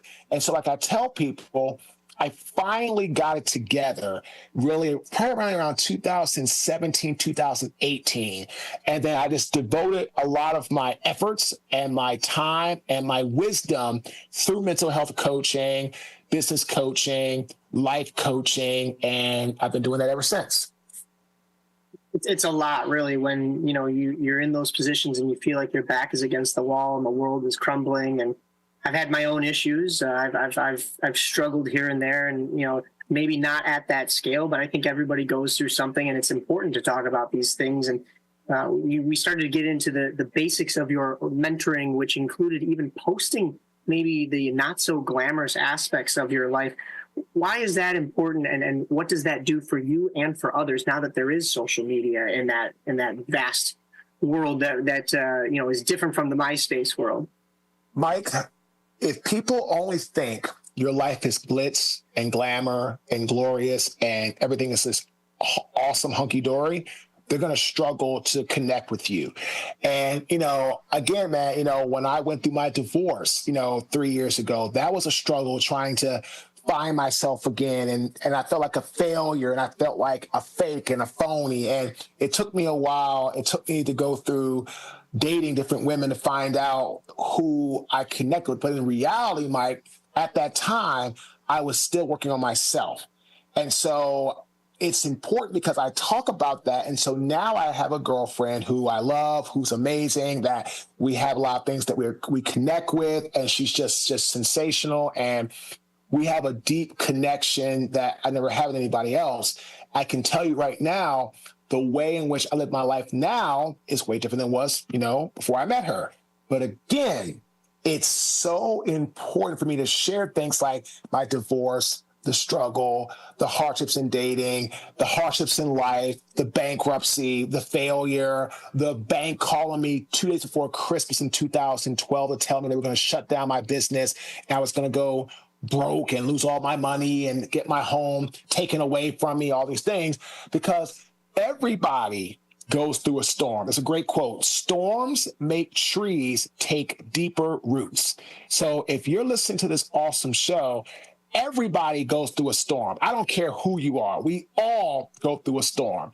The question I have for you is, do you have the roots to withstand the storm, to be able to fight another day? So sharing things like that on social media, it's absolutely vital because people need to see the real, authentic you, and they need to see that life and every day is not glitz or glamour, that there's struggles, there's hardships. I tell people all the time, between November 1st, 2022 and January 15th, 2023, it was a struggle, like every day to get out of bed. I was about to get divorced. And again, I was the one that filed, but I still felt like a failure. I still felt like a fraud, living in an apartment that I didn't want to be in, that was always just dark and dingy and run down. And I mean, man, when I moved into that apartment, Mike, I didn't own anything but my clothes and a few trinkets. No artwork, no pictures, no furniture, nothing. All that was left when I had to move out of my house in November 2022. So my point is, right, Mike, sharing that information, giving people that real glimpse, that real look into my life, I'm hopeful that other people are going to stop trying to always have the glitz, the glamour, all that showing, and show their real, their authentic side as well. It's tough to be vulnerable like that. And I think a lot of where you get the strength to be vulnerable like that is those roots that you were talking about. And I find a lot of my roots, both mentally, physically, and just, overall health, wellness, by going to the gym. If I skip a couple of days of the gym, all of a sudden, I'm thrown out of whack. You're supposed to have your off days, right? But I got to stay on that grind is my mentality, which can be a lot at sometimes. But what are some of your other steps and tips in mentoring clients to how to change the way they see their lives and the world around them? Maybe some positive stuff, because of course, posting the negative stuff is the vulnerable side, but how do they build themselves up with some positive light too? They have to find ways to do two things. Number one, embrace the positivity through the challenges. Number two, they have to sustain positivity as a permanent base and mindset. Here's the catch. Being positive or sustaining positivity, like anything else in life, is a choice. That's simple. It's a choice. You choose to either be positive, you choose to be negative, you make the choice. So I tell clients all the time, if you're struggling, find things that are going to help you reframe your perspective, the gym, meditation, yoga, talking to people, therapy, getting a coach, whatever the case may be. But never, ever, ever think that positivity is not a choice. Because here's the thing. Your mind is not designed to make you happy. Think about that. Your mind is not designed to make you happy. Your mind is designed to keep you alive, for survival. And what happens is, if you're watching a lot of the news or the negative rhetoric or the propaganda, all this stuff, your mind gets fed all that negative energy, and it creates anxiety, it creates anxiousness, it creates stress, it creates a sense of disharmony, discomfort. And what happens? Then you get into having some mental health struggles, some mental health issues. And like I tell everybody, this is what it comes down to. You have to make the choice and do things that are going to build you up. Be around others that are going to lift you up. There's three things that help people create the life they want for themselves. It's going to be their environment, it's going to be their input, it's going to be their associations. Where you are spending your time is going to have a huge impact on your life. Number two is what you take into your mind. Podcasts like this, radio shows, books, TV, whatever.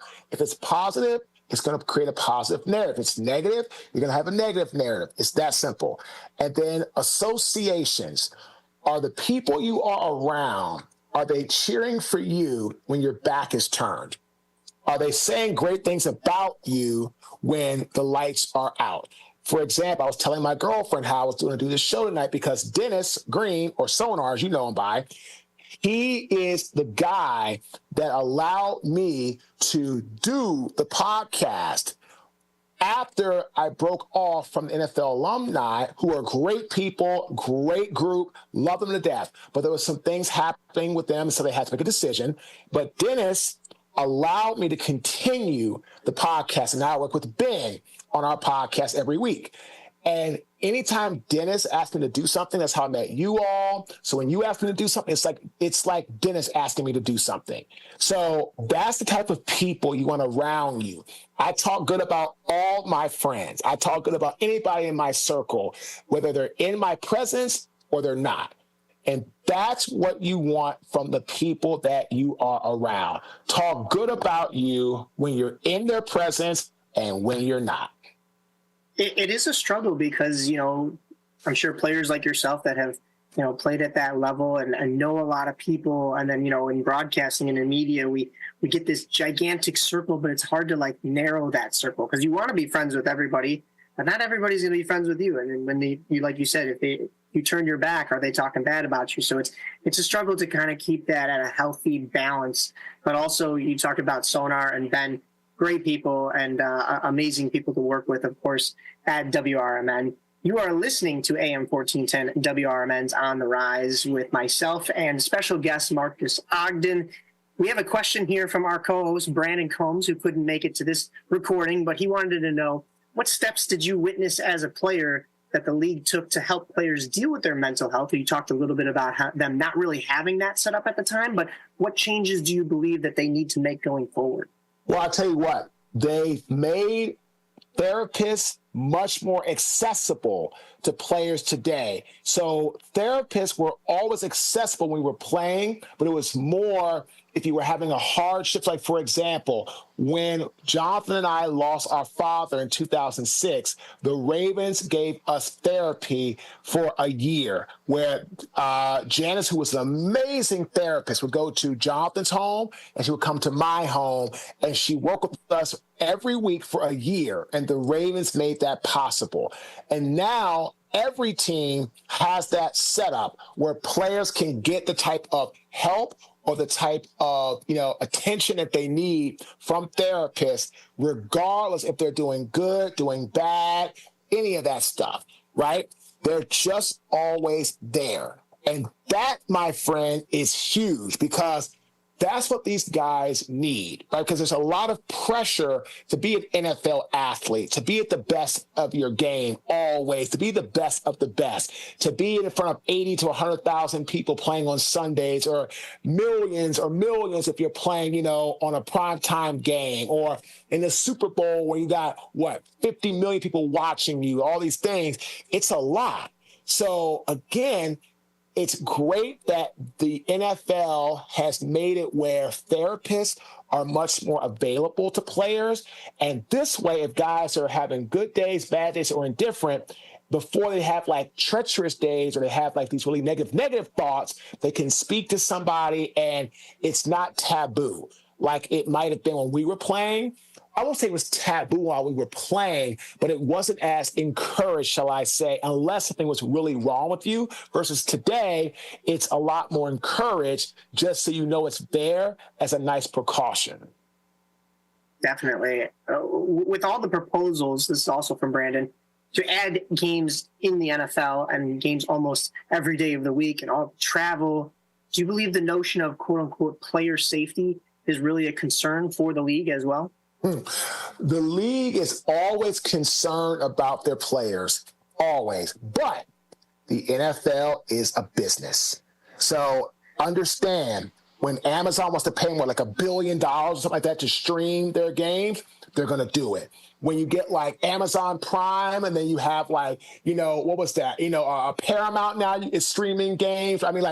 It's a business. So of course they're going to put out the people and they're going to put out more games. Why? Because games sell. Yeah. But again, the players are also benefiting, right? Which is great. They're making more money. They're getting bigger checks. So it works all the way around. Yes. Are they concerned about the players' safety? Yes, of course they are, because that is their product and that's how they make money. But at the same time, they're out in the business of making money.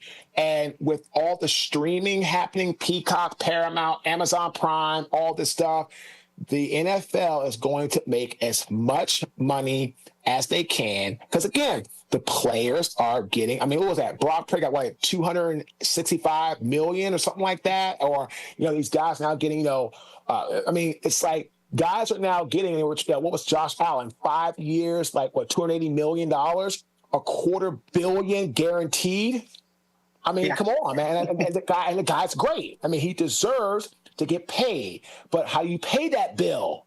You pay the bill through running a bunch of games, getting those contracts, right? Getting the streaming, having the rights bought out, all this stuff. It's crazy. Like back in the day, right, Mike? When you want to watch football, it'd be on CBS or Fox, right? That was what it was, CBS or Fox, right? Maybe occasional. Now I wouldn't say ABC really. Maybe the case with NBC or Fox. That's what it was. Now you got NBC, you got Fox, you got ESPN, you got Amazon Prime, you got Peacock, you got Paramount. I mean, it never ends. So again, yes, they are concerned about their players, but they're also concerned about lining their pockets, again, as they should be. They took a risk to buy a business. It's their right to make as much money off that business as possible. It's just as much of a balance as it is, with all the other things that we've talked about in normal life. It's, you care for your players because, yes, that's your product, because it is the business, and you kind of have to balance those things. And this interview wouldn't be balanced without us diving in a little bit more to your career. I saw that you also spent time in Scotland. What was that experience like, and how is the game growing out in Europe? Scotland was great, man. I played for NFL Europe with the Claymores, under the Jaguars. I had Sam Bertigliano, who used to be the head coach of the Browns, was our offensive coordinator. I got a chance to be around Jack Harbaugh, who was the father of Jim and John Harbaugh.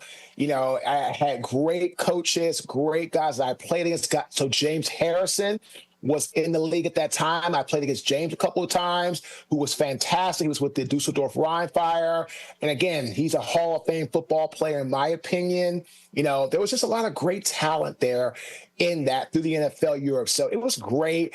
I got a chance to, get additional reps, back out to tackle. I got a chance to really work on my skills. I got a chance to really develop myself. And I had a good time in Scotland, man. I was able to go out and experience the culture, went to Loch Ness Lake. I looked for the Loch Ness Monster, never found them. I actually have a picture in my office from my adopted family they kind of helped take care of me when I was over in Europe. So I took a picture of them in my office. I used to have an axe that I actually bought in Old Town, Scotland, or what they call the Country High Side. Unfortunately, the axe is no longer, I don't have it anymore, but that was a great item that I bought. Got to go to the King's Hall. I did get to see William Wallace's sword. So He was actually 6'6" back in the 1200s. So his sword was over 6 feet tall or long. So they estimate that William Wallace was about 6'5" or 6'6" back in the 1200s. Holy moly, they must have stretched him out. He was playing basketball already back then. So again, man, I got to see the Robert de Bruce's castle from Braveheart, William Wallace, the crown jewels of Scotland, which were, literally as close as I am to your face, I was literally that close to the crown jewels of Scotland. Like, it's amazing that nobody had to steal them or anything, because literally it was like it's like a little set. And of course, it was 2004, so a little separating little piece of thin glass, and behind them were the crown jewels of Scotland. Oh my gosh. I know. So to talk about just some type like you can't count that high. Literally there's almost, that's from the 7 or 800, AD. You can't count that high on what that stuff is worth. Oh my goodness. Well, your teachings are worth all the world as well. And we thank you for hopping on here. I know you're a busy man, you got to go. But if anybody wanted to find, I know you have a set of books that you've published as well. Where can people find you on social media and your work? Yeah, so they can follow me on Instagram, Facebook, LinkedIn, Marques Ogden, @Marques Ogden. We have our website, www.Marques, MARQUES Ogden, OGDEN.com. You can also go to our app, Marques Ogden. Go to your app store, type in Marques Ogden. Pops right up, and you can check us out. We're all about that stuff. So yeah, man, connect with us, get in touch with us, or you can just shoot me an email, Marques@MarquesOgden.com.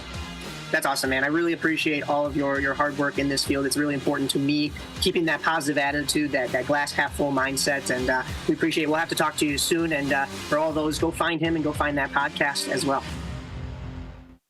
Is diabetes keeping you from enjoying life's special moments? At US Med, we understand the challenges you face, and we're here to help. With US Med, I can finally manage my diabetes without it managing me. US Med offers a wide range of services to simplify your diabetes care. Personalized care plans, convenient access to cutting-edge diabetes tech, and knowledgeable support. Plus, we'll check your insurance so your diabetes care may be covered at little or no cost to you. With US Med, I feel confident and control of my diabetes. I can finally live my life to the fullest. Don't let diabetes hold you back. Choose US Med and experience better birthdays, better adventures, better anniversaries, and better everything. Call now. US Med. Better service, better care. 800-785-1673. 800-785-1673. 800-785-1673. That's 800-785-1673. When disaster strikes, flood or fire, every second counts. At Emergency Construction Group, they specialize in immediate response and same-day service for any residential, commercial, or industrial emergency across the Chicagoland area. With over 30 years of experience, they've got the expertise, manpower, and equipment to handle any size loss fast. They follow strict IICRC guidelines to restore your property the right way, the first time. Their team values transparency, constant communication, and strong ethical standards because your peace of mind matters. Licensed, bonded, and insured, they're here for you 24/7, 365 days a year. Call 855-4ECG now. That's 855-432-4669. Or visit their website at emergencyconstructiongroup.com. And let Emergency Construction Group put your life back together one step at a time. That's Emergency Construction Group. Your satisfaction is their passion. When your car is making a strange noise, no matter what it is, you can't just pretend it's not happening. That's an interesting sound. It's like your mental health. If you're struggling and feeling overwhelmed, it's important to do something about it. It can be as simple as talking to someone in your community, or just taking a deep, calming breath when you need it. Nice. For mental health resources, check out loveyourmindtoday.org. At loveyourmindtoday.org, you'll find information that may help you get through a tough time. Things like tips for dealing with stress, how to navigate difficulties like financial worries, anger, substance use, and more. You can also find real stories of how people navigated their own mental health challenges. Because once you start to address the problem, you can go so much further. Visit loveyourmindtoday.org. That's loveyourmindtoday.org. Brought to you by the Huntsman Mental Health Institute and the Ad Council.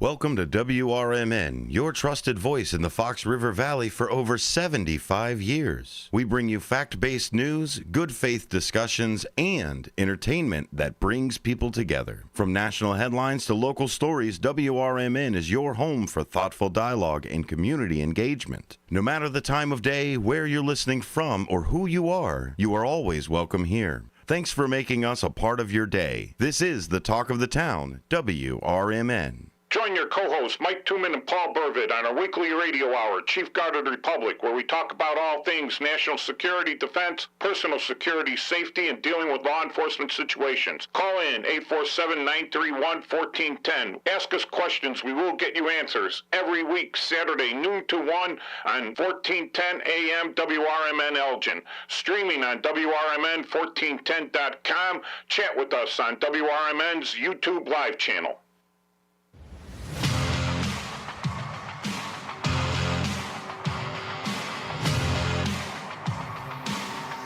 Welcome back to On the Rise here on AM 1410 WRMN. Myself, Mike Napoletano, alongside Nick Johnston, Daulton Cooper, and Brandon Combs as we dive into our final segment here before the top of the hour, when you can listen to The Truth About Chicago Sports with Marcus Mack, Blake Cowell, and Sophia Blackburn.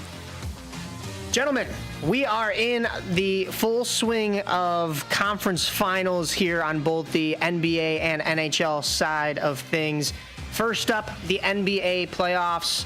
How about this Eastern Conference final? Still alive are the Knicks. Game 3 went over to Gainbridge Fieldhouse as the series shifted to Indiana. That was actually as you and I were driving home. But the Knicks get the win, 106-100, to bring the series to 2-1. But then Game 4, Indy locked it down at home to push the series to the brink with a 130-121 victory. And then New York holds on at home with a 111-94 win on Thursday night at MSG. Tonight will be Game 6 at 7 p.m. Your thoughts, gentlemen, on does this series end tonight, or do we go to a Game 7 on Monday in Madison Square Garden? Well, first, good on the Knicks for winning Game 5, because at least now we have a playoff game this weekend. Now that the hockey's over, Right. thank God, we as sports fans, thank God we have one playoff game to watch this weekend. But just a crazy stat that I had, it was only 6 times in NBA history have 2 teammates scored 20 points or more in the first 5 games of a conference final, and that's what Jalen Brunson and Kat are doing right now. So it happened in 2002 with Shaquille O'Neal, Kobe Bryant, Jerry West, and Elgin Baylor in 66. You had 65, and then obviously 1962. So they're going to have to show up big in Game 6 tonight. And Thibodeau's playing his bench, Brandon. I don't know if you've seen that, but the guy, I heard a quote, I can't remember who said it, but it's like the guy wouldn't even play 9 players in a baseball game if he didn't have to. Yeah, I saw that. I thought that was really funny. Great quote. Go ahead, take it away. I think the Knicks win tonight, but I think the Pacers win it in Game 7. I really do. Oh. Yeah, see, I'm the exact. I think if it goes 7, I don't think that the Pacers will win. I think the Knicks win it at MSG. But I think here's the question: which one of these 2 teams? And Nick, you probably best at. You're probably the most the biggest basketball guy of the group. Which of these 2 teams would give Oklahoma City even a run for their money? Because Oklahoma City looks like a juggernaut. I think it's the Pacers. But You think it's the Pacers? I think maybe in terms of like keeping up with the scoring, probably the Pacers. In terms of who you want to maybe put like a defensive like nuisance in front of them, it's probably going to be the New York Knicks. And then kind of what Daulton was saying, like going to his bench, but kind of switching it up where Mitchell Robinson was on the bench and now Josh Hart's switching it up, but Josh Hart's still getting 36 minutes in this game. So he sits like 5 minutes and comes in. Yeah. So it's kind of just like almost like a little like mirage of what Tom Thibodeau has kind of put up. But it's been really interesting, just kind of back and forth this coaching battle, honestly, between Tom Thibodeau and Rick Carlisle back and forth. So it's been fun listening, post game with them. But honestly, I'm really interested in just trying to see, are we going to get a healthy Jalen Brunson and Karl Anthony Towns? Because you saw him Winston with the knee, Karl Anthony Towns. He's been nonstop talking about that in the post game. So hopefully you're getting 100% out of him. If you are, it's going to be really, really tough because you've seen he took over in Game 3 or Game 4. I can't remember which one when they won. Just complete offensive domination by Karl Anthony Towns. So it's going to be very interesting to see. I'm going to be the one guy that just doesn't pick anybody. I'm going to say we as fans are going to have fun. We as fans win. We're going to get a nice little series. I agree with what Nick said about how, if it's the Pacers, they can probably keep pace, no pun intended, with the high scoring of OKC. But if it's the Knicks, maybe they start to trail behind a little bit. But then again, you've seen them come back from those 20-point deficits all playoffs long. So I think we're in for a treat no matter what. But like Brandon said, Oklahoma City, they're just a juggernaut right now. Yeah, I think the Pacers too. I mean, the Pacers go on these runs that are like ridiculous. Like their scoring runs, like they're almost unstoppable. They'll go on a 40-point run, no problem whatsoever. And they've done it time and time again in these playoffs where they just take off. The problem is they tend to take their foot off the gas and let teams back into it, as we've seen in the series with the Knicks.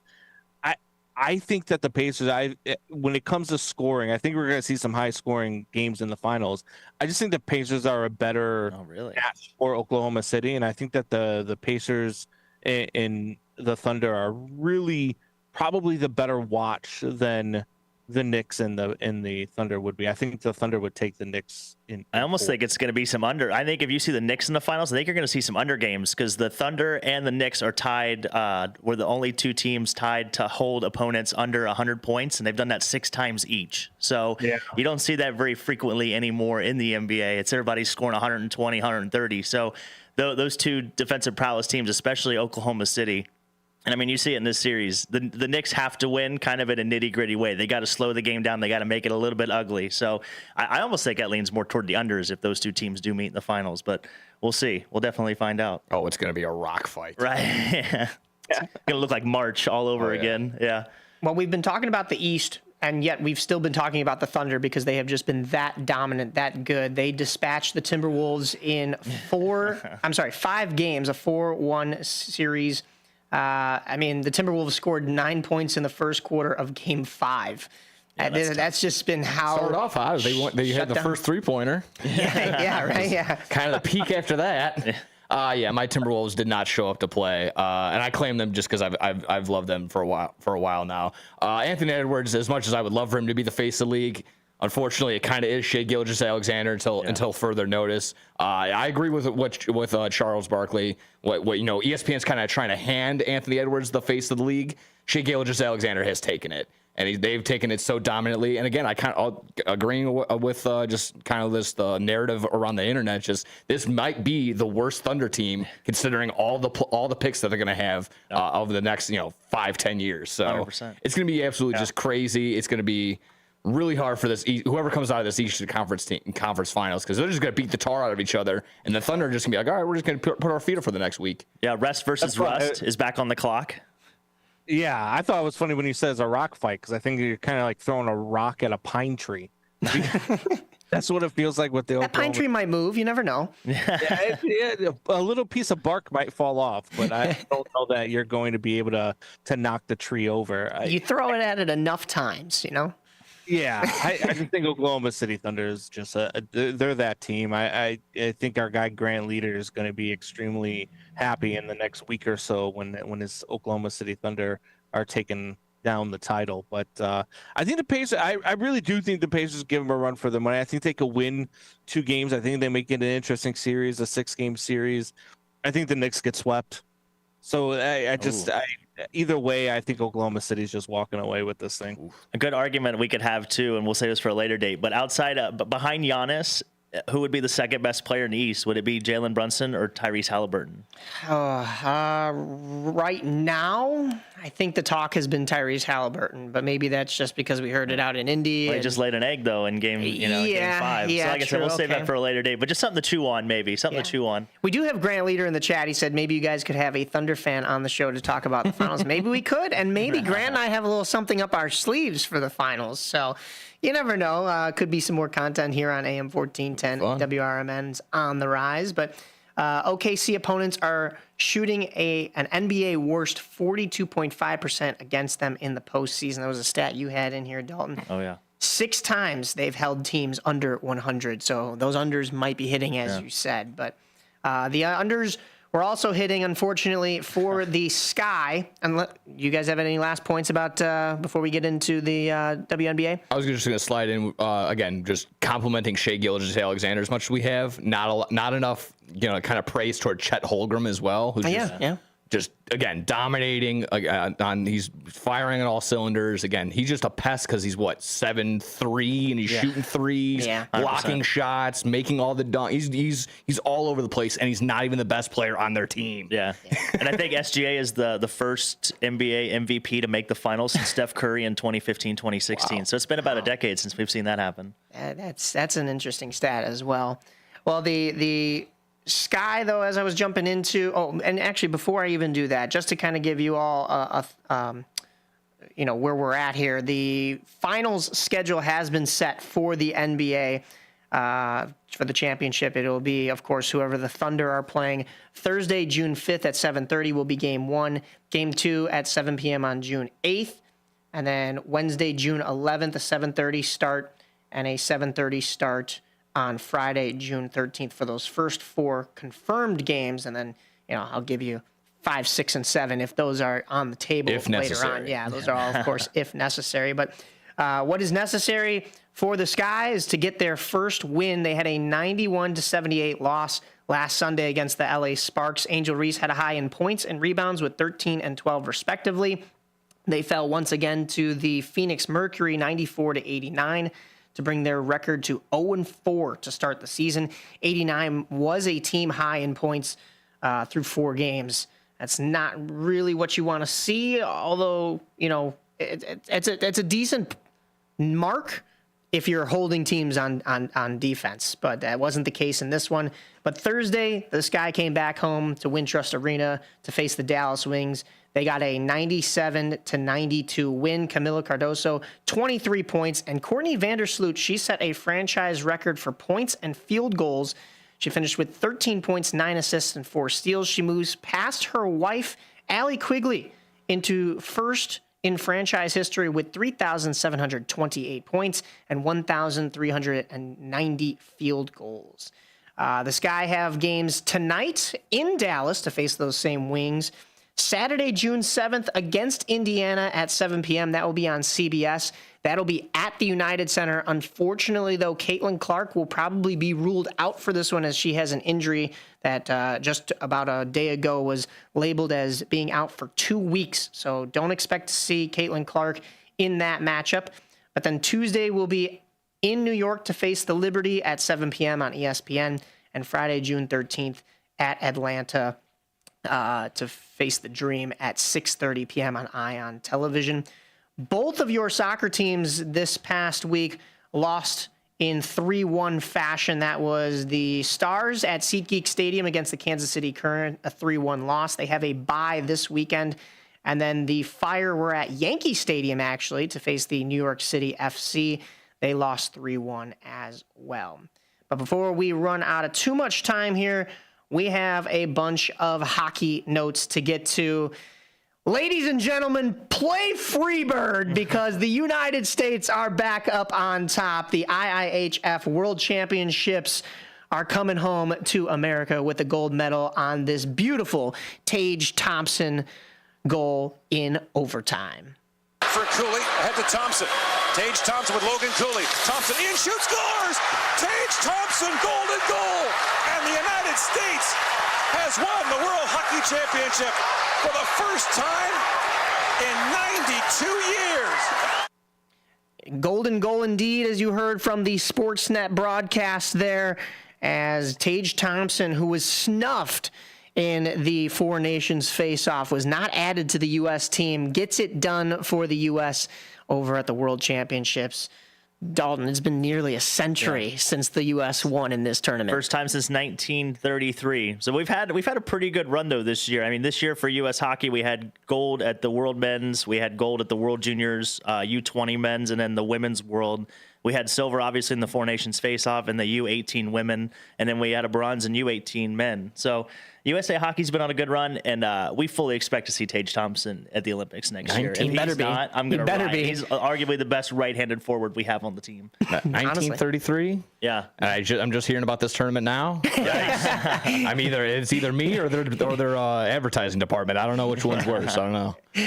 Well, Frank Nazar, for those Blackhawks fans out there, he finished with 6 goals and 6 assists. We talked about it last week, how he had been on a roll in this tournament, but it was Tage Thompson who had that golden goal. He got 9 points, 6 goals and 3 assists. So Frank Nazar did a little bit better than the guy who even scored the golden goal. So we like to hear that for the Chicago Blackhawks.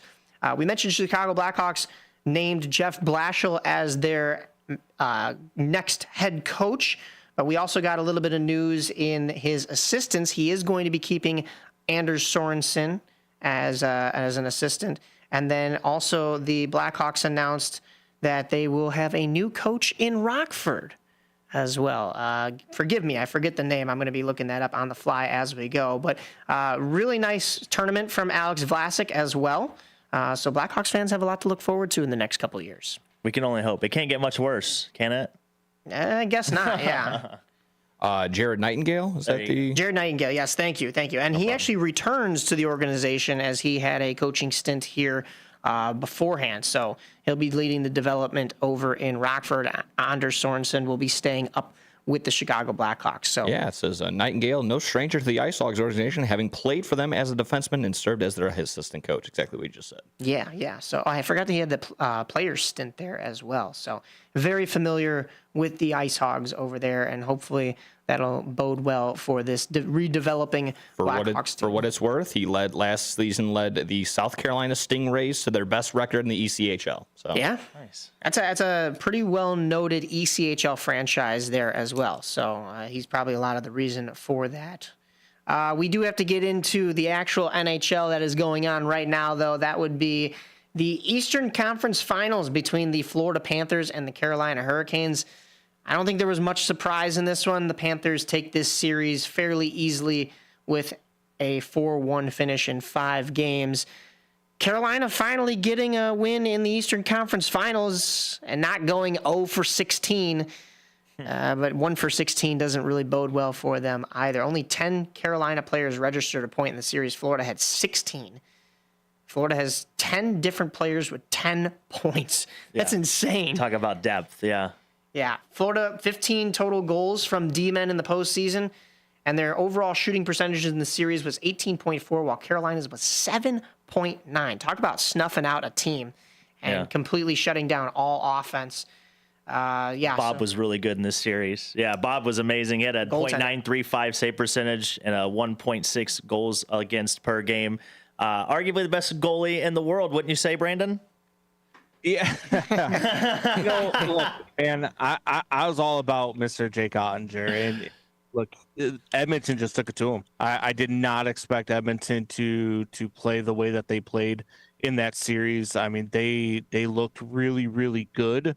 Bob's been Bob, and been really, really good. I think he's going to continue that way. I think Florida is going to repeat as Stanley Cup champion. Spicy. I think Edmonton can score with him. I mean, look at what they did to Jake Ottinger. I mean, we all agree Jake Ottinger is a really good goaltender, right? It's not like he's a bum, but they made Jake Ottinger look like he was me in net. So it did not look good. I bet Jake Ottinger the other night on 28 plus saves, and when he got second shot on goal, I was like, oh my God, this might be the fastest loss of all time. It was tough to watch for Ottinger.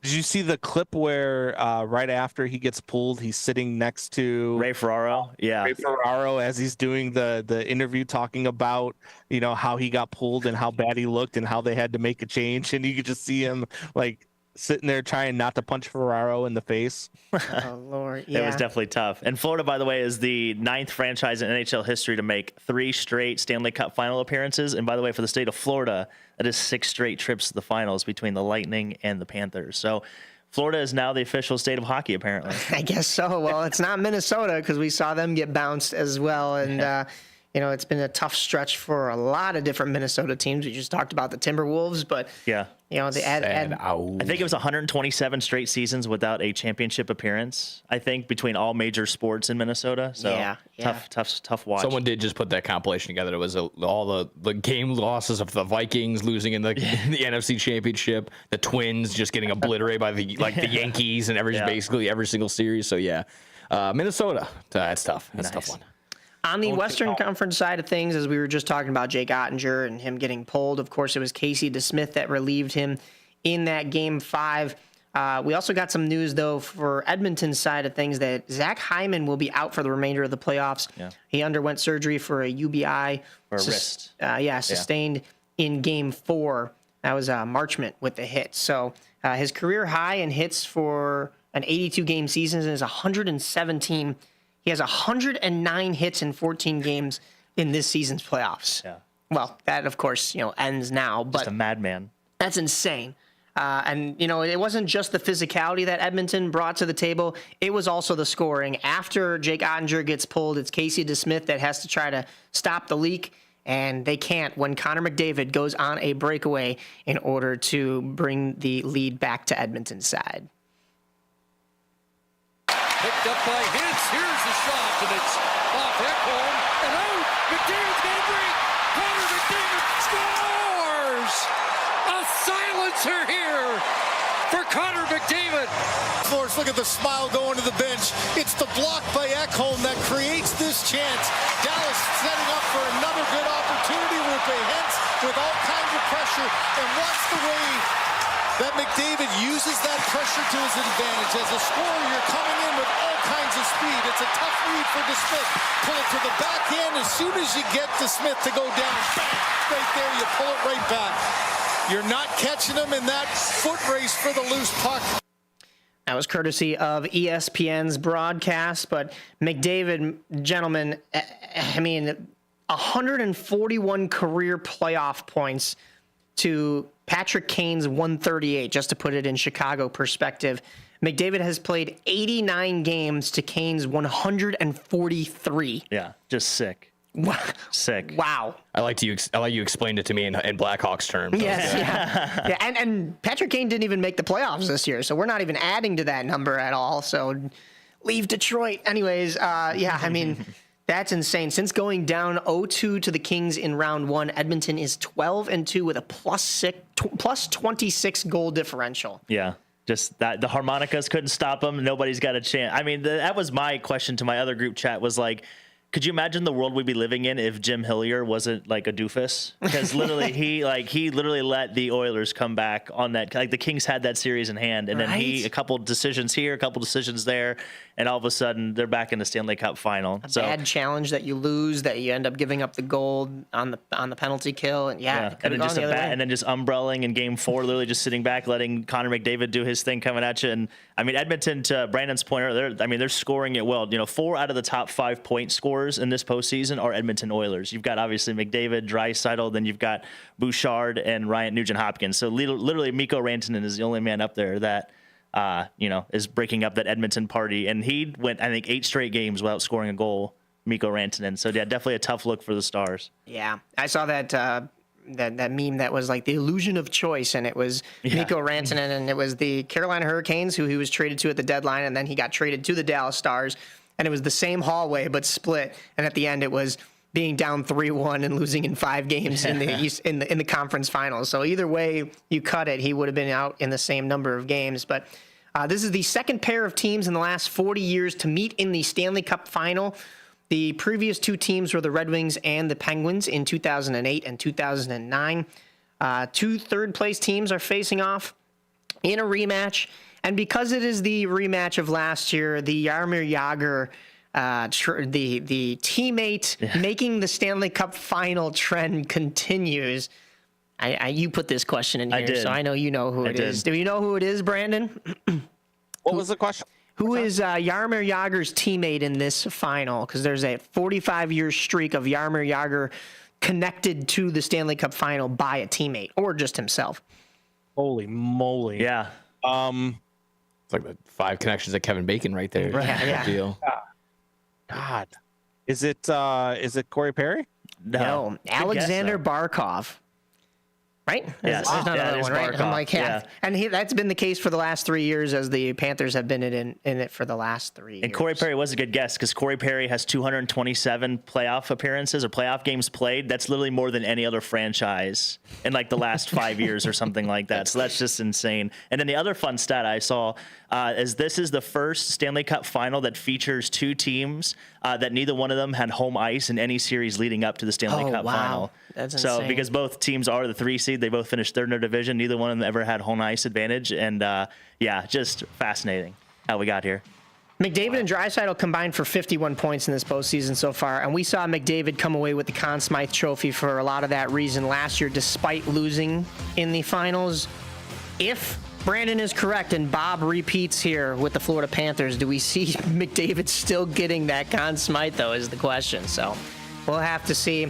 We're running out of time here. Thank you to everyone that we got a chance to interview this past week, both at the Indy 500, at the Frontier League games, at the Kane County Cougars, Colin and Conor. You guys aren't getting married on me, are you? Everybody's getting married in 2025. That's why I picked you guys. I've been married 3 times. I'm not doing it again. Okay, that's why I picked you guys as co-hosts. But and then last but not least, of course, Mr. Marques Ogden. Thank you to everybody for an incredible week. And keep your mind healthy. For all of us here at WRMN, this has been On the Rise.